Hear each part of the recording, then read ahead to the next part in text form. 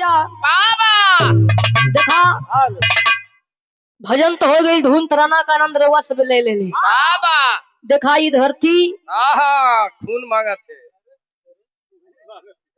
ये धरती बड़ा सम्मानित धरती है। बाबा यहाँ के लोग बड़ा सम्मानित हो। यहाँ के देखा भैया लोग बैठल हवा तो बिरहा का पेवर सुनवैया। बाबा आवा एक छोटा सा बिरहा मास्टर तनिश्वर बना के बा।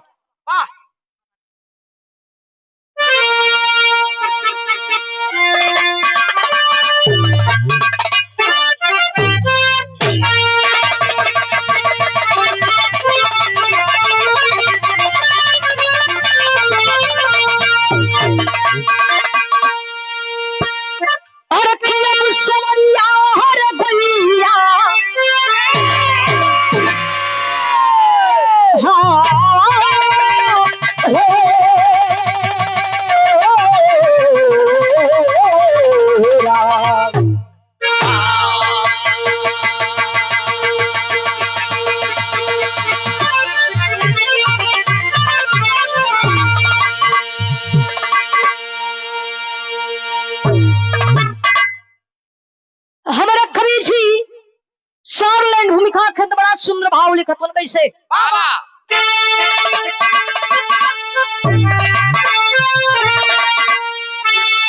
तो पैदा कोई नहीं, तो पैदा कोई नहीं जो करे सामना हमसे मिला ले चबा जंग में, उसके पौरुष का पूरी करूं कामना। अरे पीर पंजाब मिला ले पीर के ठंग में, ये हौसला है हिमालय तन साधिना। अरे तू पंछी का हंस सच्चा कुरु रंग में, गुरु महेंद्र समादा दिनारा खोला है साये मंगले।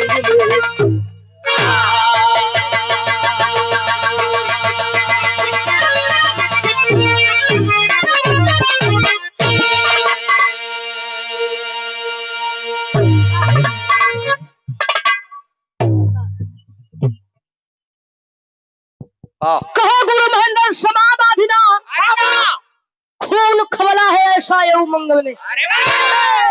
एक लाइन मास्टर कवि जी बिरहा के अंदर बड़ा सुंदर कव्वाली लिखा तो लय बना के आवत मुन्ना।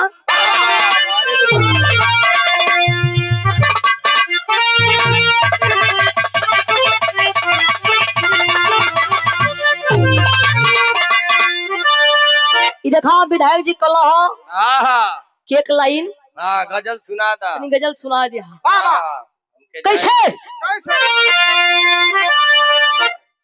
देखा पहले के जमाना से अब के जमाना से बड़ा अंतर हो गया। देखा पहले बिरहा होके तो जेंट्स जेंट्स में बिरहा होके, लेकिन अब जमाना चेंज हो गया। एक ओरी लेडी, एक ओरी जेंट्स, एक ओरी लेडीज। देखा जब रामदेव गुरु जी बुल्लू गुरु जी का बिरहा होके भैया, तो ओ समय बुल्लू गुरु जी खड़ा होके तो कैसे गावे? अरे तो की बात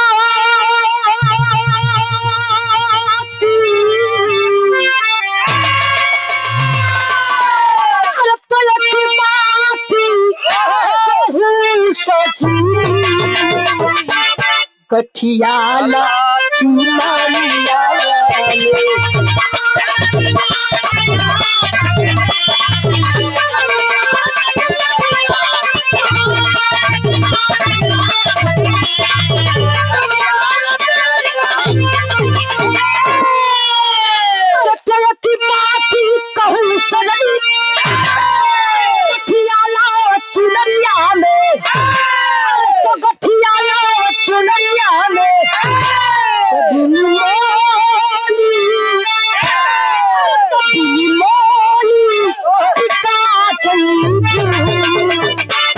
माया के पचरिया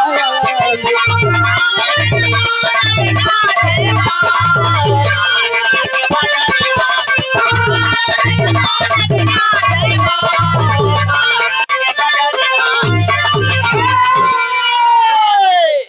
भैया बुल्लू गुरुजी गावत रहे, बाबा लेकिन जब राम गुरुजी खड़ा होकर ते ही के तनी सत चढ़ के गावे, बाबा काढ़ के हारमोनिया के पत्ती पर मास्टर वाह कैसे गावे।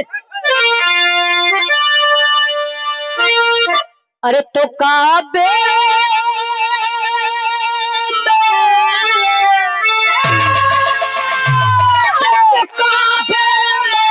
तेरा चलिया काशी में नजारा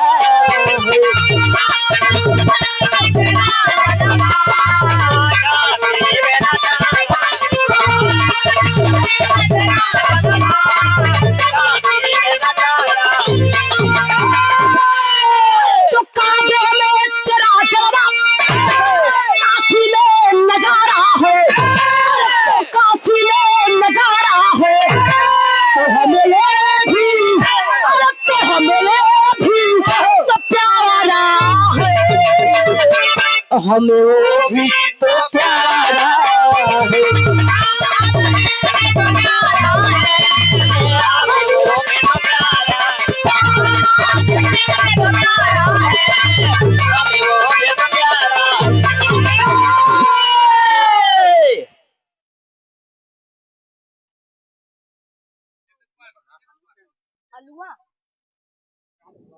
अरे ग्राम सभा बड़े ही शानदार जानदार हो रहा जितेंद्र प्रधान जी की तरफ से बाबा सादर 100 रुपया 400 वापसी है। हाँ तब तक कम होगा।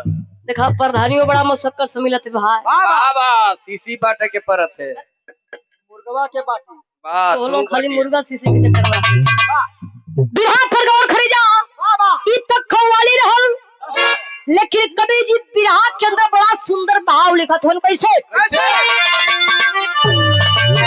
अरे तो धरती पर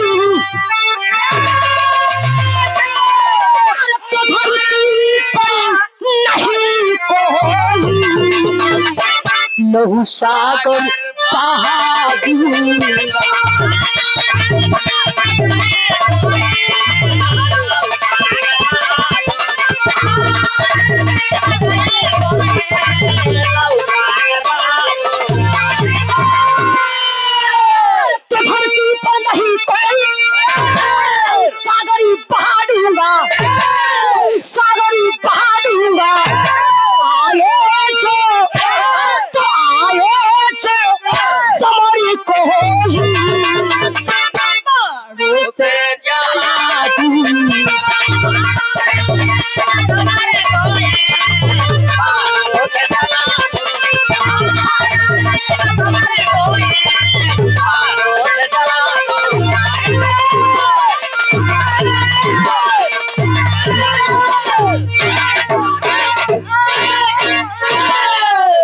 आराम नाम से अभी सजियों को बजावे के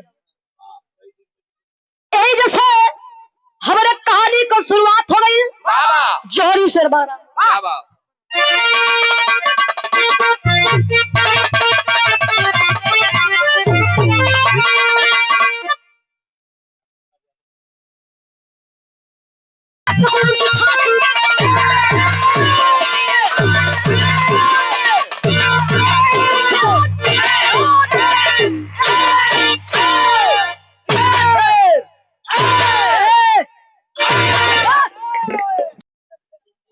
जर्सी साड़ मत दो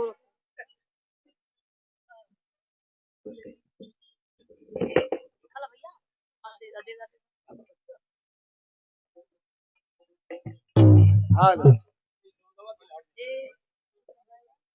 ना हटिया जा जाए और बड़े ही सम्मान के साथ आप सम्मानित श्रद्धेय बाबू मगन पाल बैरा खास धरती से बाबा एक पूजनीय हमारे बाबूजी की तरफ से सादर 100 रुपया और वार्ड नंबर 23 से जिला पंचायत सदस्य पद के भावी प्रत्याशी बाबा चंद्रशेखर आजाद पूर्व राज्य मंत्री छात्र संघ वाह एक फिर से पुरस्कार सादर 101 रुपया देकर सम्मानित की बहुत बहुत दिल से धन्यवाद। माता रानी आपको मनोकामना पूर्ण करे। बाबा लेवल कम ना हो तो भैया बढ़ा दे, सीटी कम करिया बस। बा और मशीन बढ़िया बा। अरे ललित चौधरी बड़े ही सम्मान के साथ मरछवाड़ ना मरछवाड़ धरती से ललित चौधरी जी बाबा बड़े ही सम्मान के साथ आपकी तरफ से सादर 100 रुपया देकर सम्मानित की, बहुत बहुत दिल से धन्यवाद। बाबा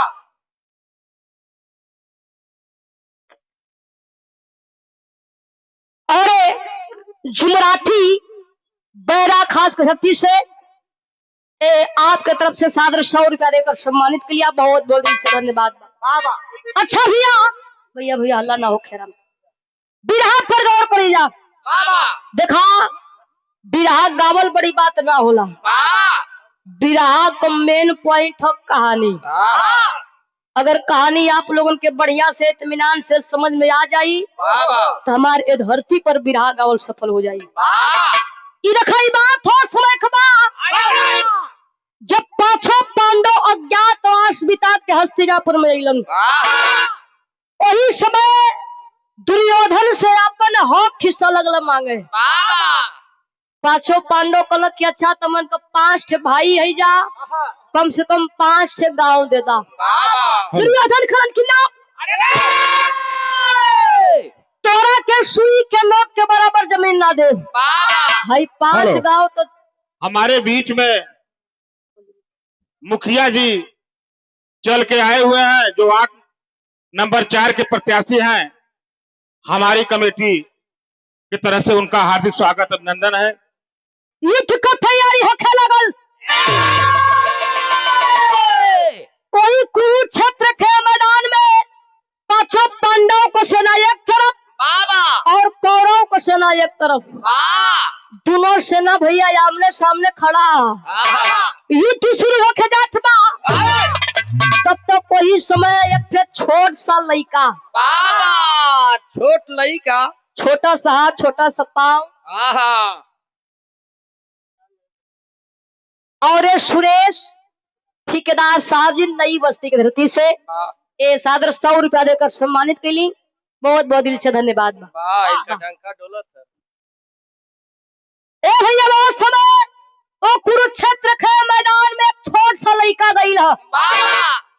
जब दोनों ओर का सेना देखला भैया कहलो कि अरे ये कुरुक्षेत्र के मैदान में छोट सा बालक के जका करत बा, एक यहाँ से भगवान लड़का का तो सुना पैसा ले ला। रोशन अली और रोशन अली पचमहला ना पचमहला, बैरा पचमहला। अच्छा अच्छा पैरा पचमहला ना, बस बस बुझ गई सरकार। चले ये सादर 100 रुपया देकर सम्मानित किए, दिल से धन्यवाद। बगलिए में बगल में का दवाइया वाला हो। ए भैया वो समय वो लड़का कहता कि सुना मारी दोनों ओर का सेना अल्लम बल्लम गदा ले के भाजत हुआ, ये दोनों ओर का सेना या के हमसे फरियाई हमार कुछ कह ना पाई।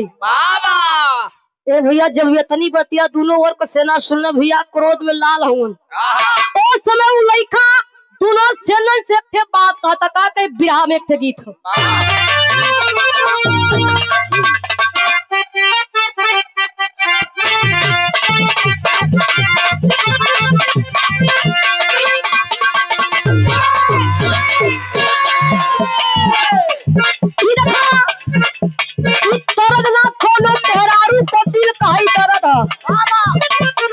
पहले माल और पप्पू मिश्रा झेमुर प्रगति से ये हमारे चाचा जी की तरफ से सादर 100 रुपया दिल से धन्यवाद बा। देखा सरल नाई कोनो मेहरारू के दिल को दर्द हो वही एक बच्ची बढ़ जा।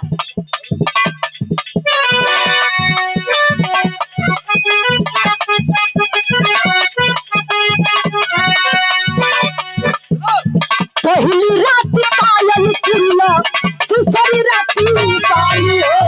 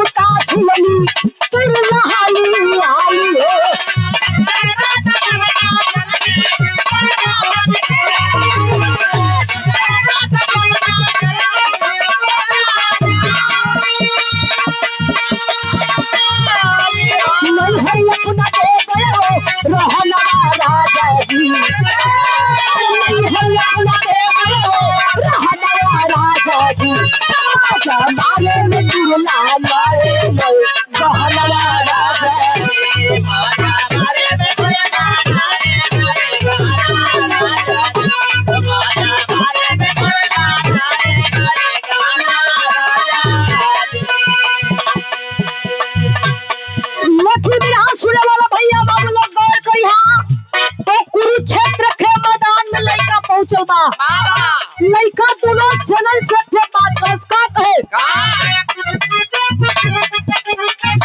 तो पिया वाला सही तना अरे चक्कर मारी तू हो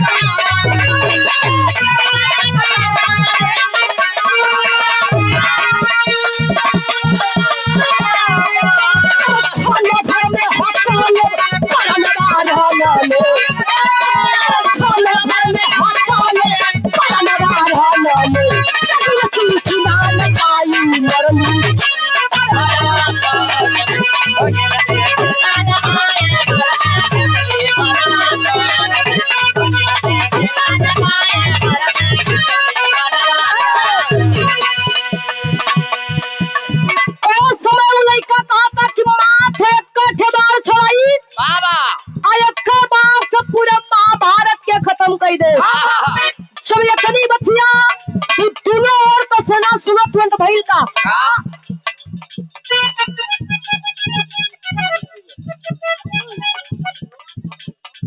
अरे बुजराम यादव सुनवैया मोछा ना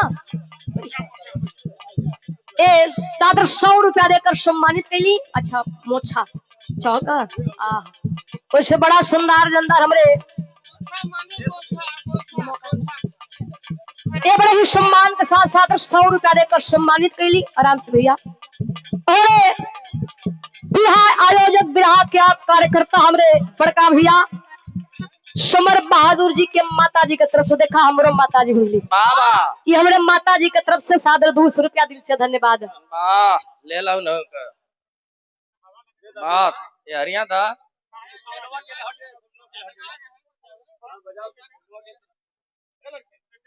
दा मालिक को गिर जा।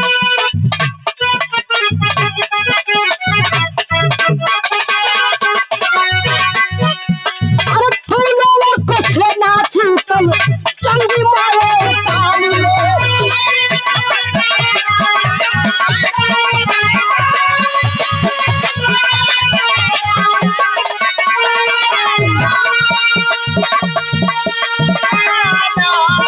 छतिया फिरावे सबही और कटे कान में। छतिया फिरावे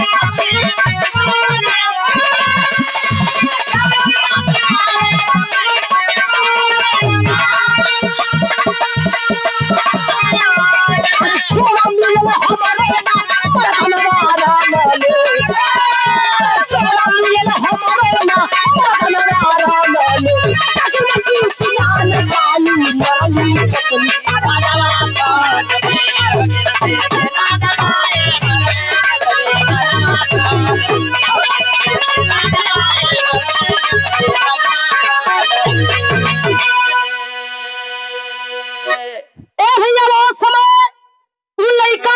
कि हमारा जोड़े धरती पर ना केहू पैदा न पैदा होई। भगवान श्री कृष्ण कन्हैया जी लगला मने मने सोचा कहलो कि ये बेटा यहाँ गुल्ली डंडा का खेल ना होता, यहाँ महाभारत की दूसरी होके जात बाप। लइका कलश कौनो युद्ध दूसरी होके ओसे हमसे का लेव देव क्या। भगवान श्री कृष्ण कन्हैया जी समझ गिला कि लइका बड़ा जिद्दी हम मानी उनी हो ना। ई देखही में छोट लगत है लेकिन एकर बात बड़ा बढ़हन बढ़हन लगत है। का काम कइला क्यों लइका के तनी सब बगल में लेके गइला साइड में ले गिलो। बगलिए में एक पीपर का पेड़ रहल भैया। भगवान श्री कृष्ण कन्हैया जी कहला कि अच्छा तुम मानत है कि तू वीर हुआ, पहलवान हुआ, बुद्धिमानी हुआ, लेकिन हम ऐसा न मानब। भैया भैया भैया आराम से तोरा से परीक्षा ले, अगर वो परीक्षा में पास हो गईला तो समझ जाए कि तू असली पेवर वीर हुआ। लइका कलश की तुहार इच्छा हमार परीक्षा जल्दी ला। भगवान श्री कृष्ण कन्हैया जी कहला कि पीपर के पेड़ में जितनी पतई लगल माथे के बार से पूरा पतई के छेदे के होई। लइका कथ बस बस इतना। भगवान श्री कृष्ण कन्हैया जी कहला कि क्या वही बस समझ में आवत। उस समय वो लइका तरकस में से बाहर निकाल के जब वही मंत्र के पढ़े चालू करे जात हो, तब तक भगवान श्री कृष्ण कन्हैया जी वो पिपरा का पतैया एक ठे तोड़ के अपने पैरवा के तरवा दबाई लेलन। लइका बाहर चलावे के चला देलस। जितनी पतई रहा भैया माथे के बार से पूरा पतई के छेदा छेदा छेदा छेदा छेदा छेद देला। का देला? छेड़ देला। छेद देला। जितनी पतई रहा मां भैया थोड़ा ऐसा उन बात में वाचला। हारन का बात सुनाती है। बोल दा हेलो हेलो हेलो दादा ए भैया वो समय जितनी पतई हम माथे के बाल से पूरा पतैया के छेद के उ बड़वा भगवान श्री कृष्ण कन्हैया जी के पैरवा के ऊपर लगल ना छे। भगवान श्री कृष्ण कन्हैया जी कहलो कुल तो ठीक हो, लेकिन आई तुहार बड़वा हमारे पैरवा के ऊपर का करत हो। लइका कहला सुना इतना हम लड़बक ना है। कुल तो ठीक है लेकिन हऊ तोरे पैरवा के तरवा एक पीपरवा का पतैया तू पैरवा हटाइबा तो पतैया के छेदी, अगर ना हटाइबा तो तोरे पैरवा के छेद के पतैया के छेदी। ए भैया भगवान श्री कृष्ण कन्हैया जी मां डर के मारी ऐसे हो गिला बाबा पीछे हट गिलो। बोला कौनो ठिकाना सरवा। बहुत जिद्दी है साला। बस बस एकदम बिरहा एकदम खड़ा रही भैया। खड़ा कर देता हूँ। बिरहा ऐसा गाय भैया की खटिया खड़ा हो जाए। बाबा बिस्तरा गोल हो जाए। और बबलू यादव बोरिंग के आप मालिक महोदय जी। बाबा बारे बोरिंग समझी का बोरिंग उनके तरफ से ए कोरस वाले और कुछ में लिख लेना है बिरहा एकदम खड़ा हो।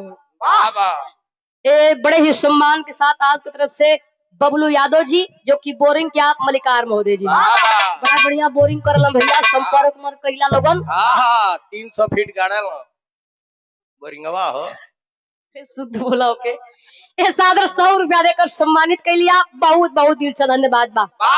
ए भैया बहुत समय भगवान श्री कृष्ण भैया जी पीछे हट गए, कौनो ठिकना सरवा गड़वा छेद दे। भगवान श्री कृष्ण भैया जी बूझ गई ना कि लड़का बड़ा जिद्दी है, मानी ना। ओ समय अपन लगला दिमाग का प्रयोग करे, कहला कि अच्छा ये बतावा तू जब कयाई लोगा। ए भैया भैया भैया भैया भैया आराम से भैया। ओ समय भगवान श्री कृष्ण भैया जी कहला कि अच्छा तू जब कयाई हुआ खाली लड़ाइया के बात करत हुआ, अब ही तोर परिचय ना भइल कि तू के हुआ, कहां का हुआ, तोर माई बाबू का नाम का, तनी अपन परिचय बताई दा। लड़का परिचय बताओ तो कहे का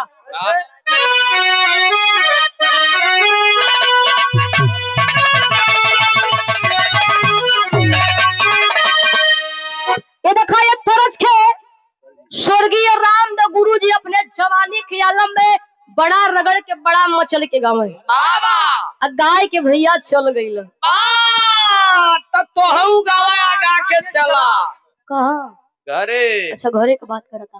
ए भैया वो समय कैसे गावे कैसे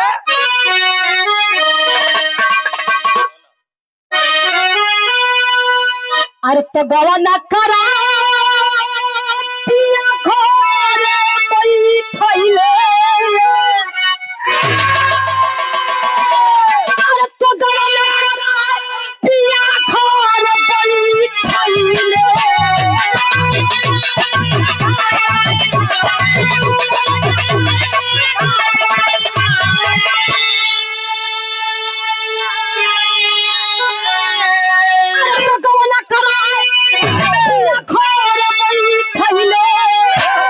अरे तो अपन पहिलरिया में लागल रे नीरमोही बाबा तुमसे भागल रे नीरमोही बाबा।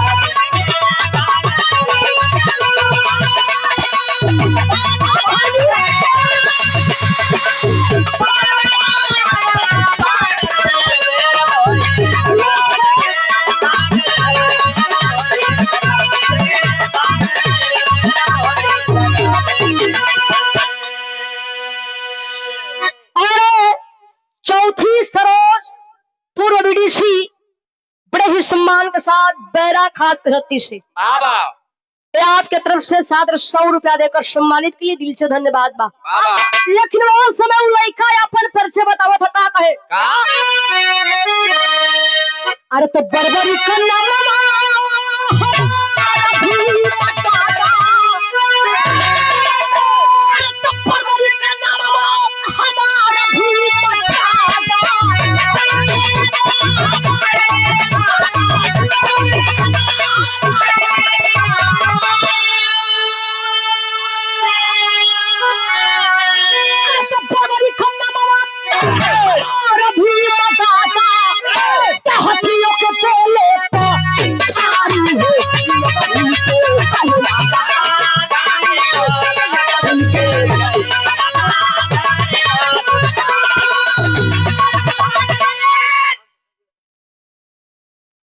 सम्मान के साथ बाबू घटो की कछी झिकैले पलनावा कम कंठी का हम पियली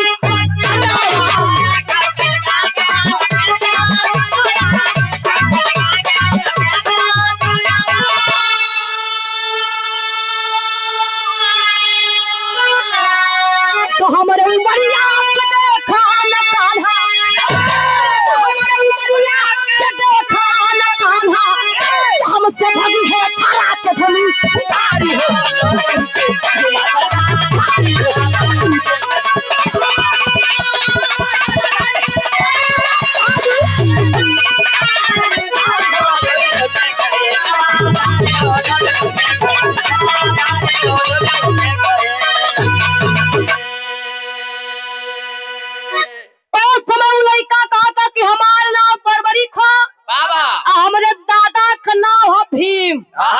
हम भीम का नाती है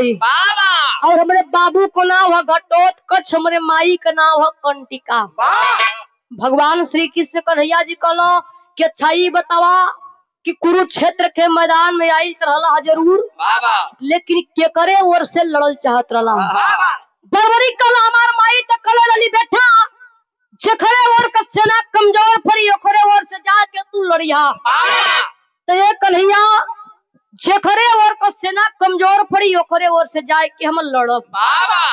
भगवान श्री कृष्ण कन्हैया जी लगलन मने मने सोचे कहे लगलन की त लड़ाई धर्म आ अधर्म कबा।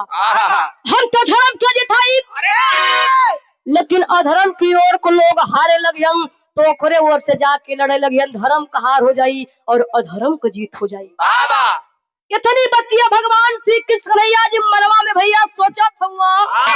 तब तक बरबरी के फिर सवाल कई देलन। कहलो कि अच्छा ही बतावा प्रभु के कुरुक्षेत्र के मैदान में दोनों ओर का सेना जुटल हो, तो हम सही बतावा क्यों मैं विजय के कर होई। भगवान श्री कृष्ण कन्हैया जी कहलो बस बेटा अब तू असली मौका दे देले। कहलो कि धरती लहू मांगत है, खून मांगत थे। धरती खून मांगत है कि देखरे ओर को कुंवार लइका वीर होखे बलशाली होखे। भैया जी कहलो जेखरे ओर को कुंवार लइका वीर होखे बलशाली होखे बुद्धिमानी होखे।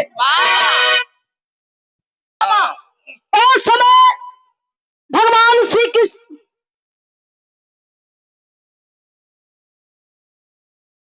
और एक ग्राम पर जब विराट से ध्यान न हटे और समय बस मात्र 5 मिनट का और समय ले सकता है।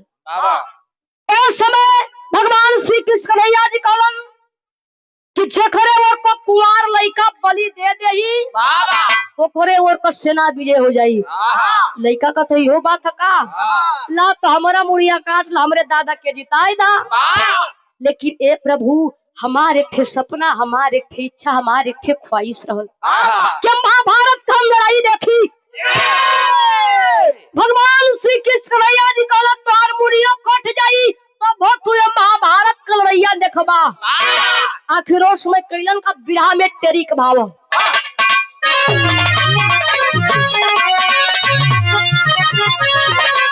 हल्का से बढ़ला। अरे तुम बनवा केहू ना रोकी बनवा बनवा केहू ना रोकी बनवा तो सब कर समर भूमि में कट जाई।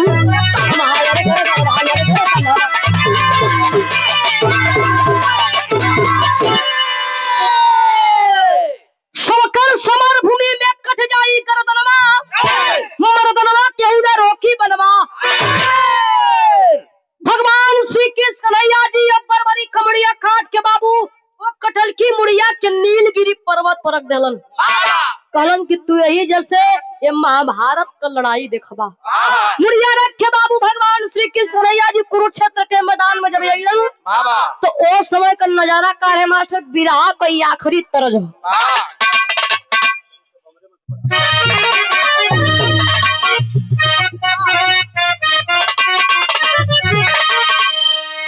अरे तमाई हो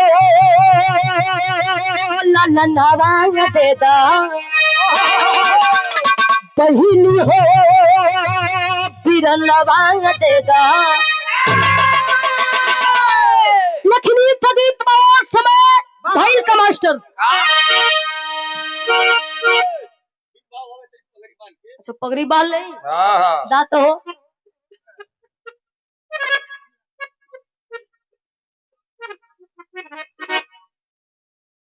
वाह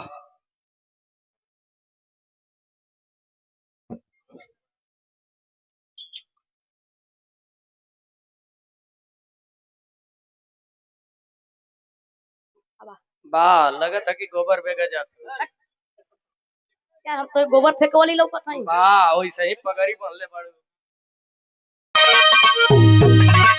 अरे तब बाजल बाबा जनवा जंगी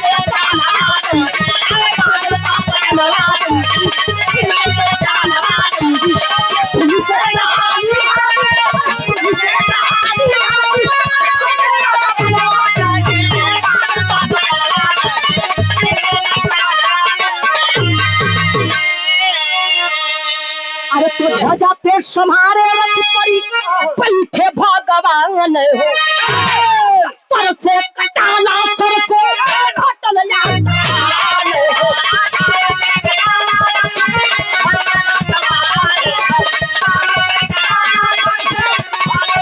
अरे ये नीचे में मना दूंगी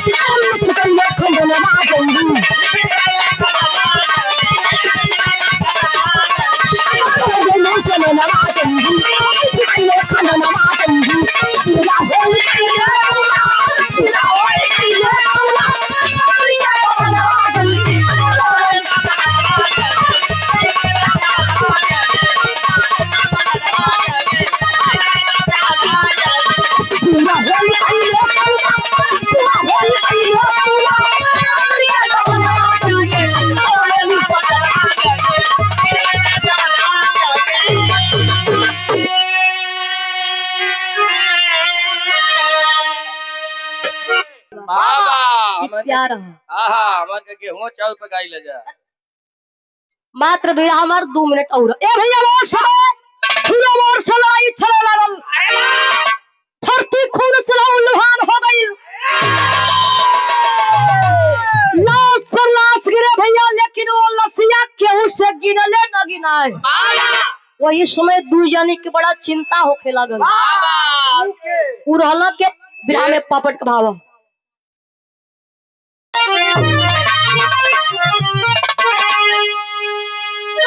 से राजा एक लाइन बढ़ला अरे तरनाई खून से कुरुक्षेत्र का धरतिया छतिया फाटल बा तरनाई खून से कुरुक्षेत्र का धरतिया छतिया फाटल बा तो पागल भइली छतिया फाटल बा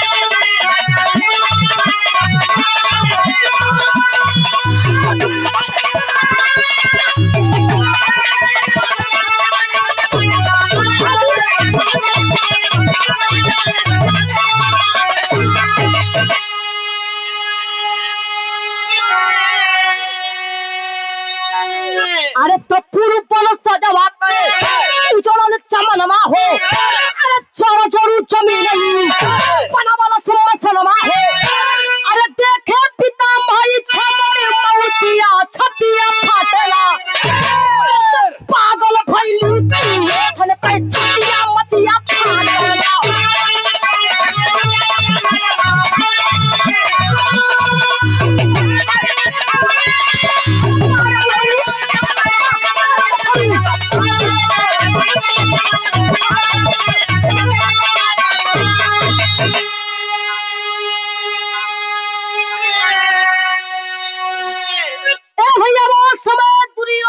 शकुनी के बड़ा चिंता होखे लागल शकुनी जौन उनकर मम्मा रहला जन पासा खिलावत रहा और रमाशंकर या शकुनी के बड़ा चिंता होखे लागल दोनों जाने भैया लगल मने मने सोचे कि हर का सेना खाली 5 गो बाबा वो हर का सेना 100 गो हर का सेना 100 थे फिर भी हमार सेना मारल गईलन बाबा लेकिन गौर करिया भैया जमन कुरुक्षेत्र के मैदान में लसिया गिरत रहे जमन लसिया केहू से गिनले न गिनाए उ लसिया होत का रहे का बिरहा में आला का भाव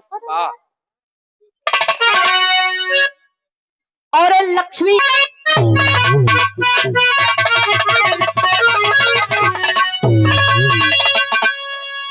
अरे वाह क्या बात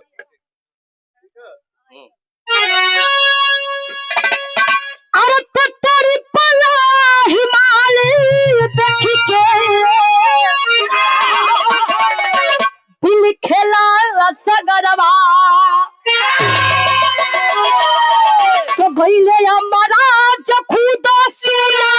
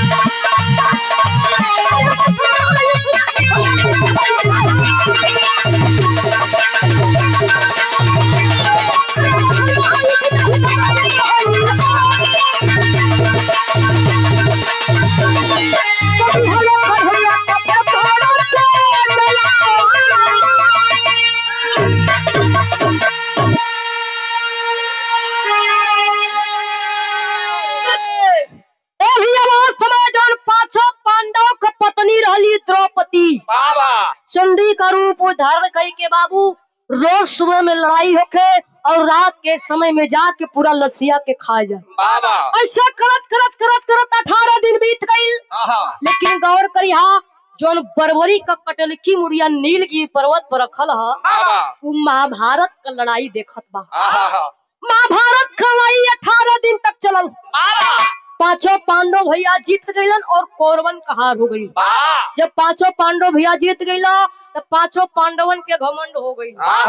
भीम भैया मारा अपन गला लेके लगल है भाजा ऐसे ऐसे सीना उतान करत हुआ। महाभारत का लड़ाई हमारे वजह से हमारे बले को जीतल गई। ए भैया अर्जुन तीर धनुष लेके वो भाजत हुआ। बोला मत ये हमारा वजह से जीतल गई। फिर कहला छोड़ा हटावो एकर फैसला भगवान श्री कृष्ण कन्हैया जी स्वयं करिए वही जब चला। कैलन का बिरहा के आखिरी भाव खड़ी के भाव में के नाम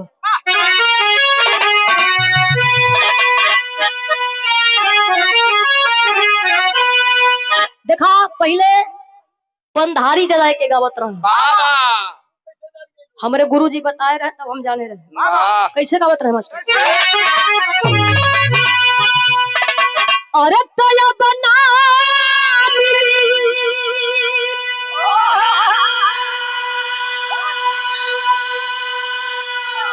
अरे भैया या बना मिली बाबुआ बना मिली जो कर मर गया माई बाबू बना मिली।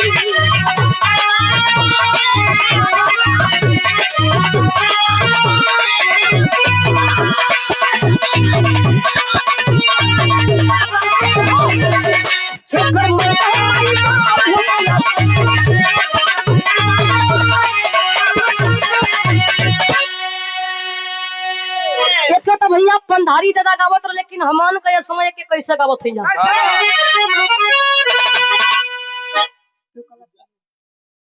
माल ले ले। अरे तो चलो कुंवर कन्हैया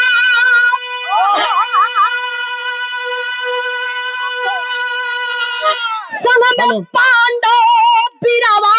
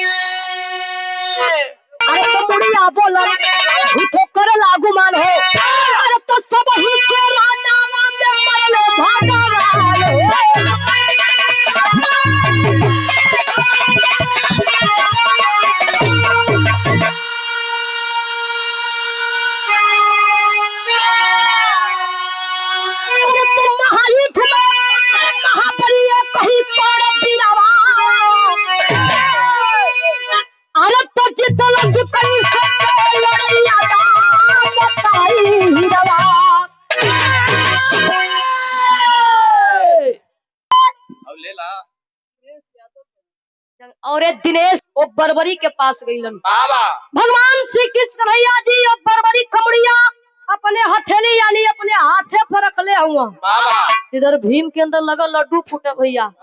मार मने मने मुस्कियात हो कथू हमारा नाती है हमारा वाली करी हमारा वाली करी। ए भैया भीम जाके कथो कि ए बरबरी अच्छा ये बताओ कि महाभारत लड़ाई के करे वजह से जीतल गई हो। वो भीम कटल की मुड़िया कुछ बरबरी का कटल की मुड़िया कुछ बोलत ना है। भगवान श्री कृष्ण भैया जी कहा बरबरी तुम्ही को फैसला करना है क्या सही और क्या गलत है। और भैया वो बरबरी कमुड़िया का बात सुना। वो कुरुक्षेत्र के मैदान में तो लोगों को तो था ये पता ना रहे। वो मात्र दो वीर योद्धा दिखत रहलन। पहला वीर भैया भैया हल्ला ना हो। पहला वीर जेकर चक्र सुदर्शन चलत रहल आ दूसरा वीर रहल कर्ण। काहे खातिर बीस रहल क्यों कुरुक्षेत्र के मैदान में अर्जुन के रथ पर भगवान श्री कृष्ण भैया जी सारथी बन करके बैठे थे और तीनों लोग कभार लेके ध्वजा पर वीर बजरंगबली जी बैठे थे। जब अर्जुन बाण चलाओ भैया तो कर्ण करत हिया 3 हाथ पीछे जाए और जब कर्ण बाण चलाओ भैया तो अर्जुन करत हिया 1 हाथ पीछे जाए तो भगवान श्री कृष्ण भैया जी कहलो जियो कर्ण जियो शाबाश। बस अर्जुन भैया कहलो प्रभु हुआ हमरे रथ पर सबासी उनकर करत हुआ। कहलो सुना पैसा ले ला पीछे से। और सुरेश यादव हमारे तीनों लोग कभार लेके वीर बजरंगबली जी बैठल हवन। तू बाण चलावत हुआ तो उनको रथ 3 हाथ पीछे जाते लेकिन जब वो बाण चलावत हो तो तुहार रथिया 1 हाथ पीछे जाते। काहे से कि रथिया के तन को हिले की ना चाहिए यही खातिर करो सबसे 20 बार बरबरी कला प्रभु सबकर तो उद्धार किला हमरो उद्धार कैला। देखा भैया आज भी और राजस्थान में वो बरबरी कमुड़िया खाटू श्याम के नाम से जानल गई है। देखा आप लोग जानत होगा लोग भैया दर्शन करे जाला सामने लिखल है हारे का सहारा खाटू श्याम हमारा। ये हमारे बिरहा का कहा गुरु घराना का परिचय। अरे जय जखाड़ गुरु चक्र लवटन की लहरे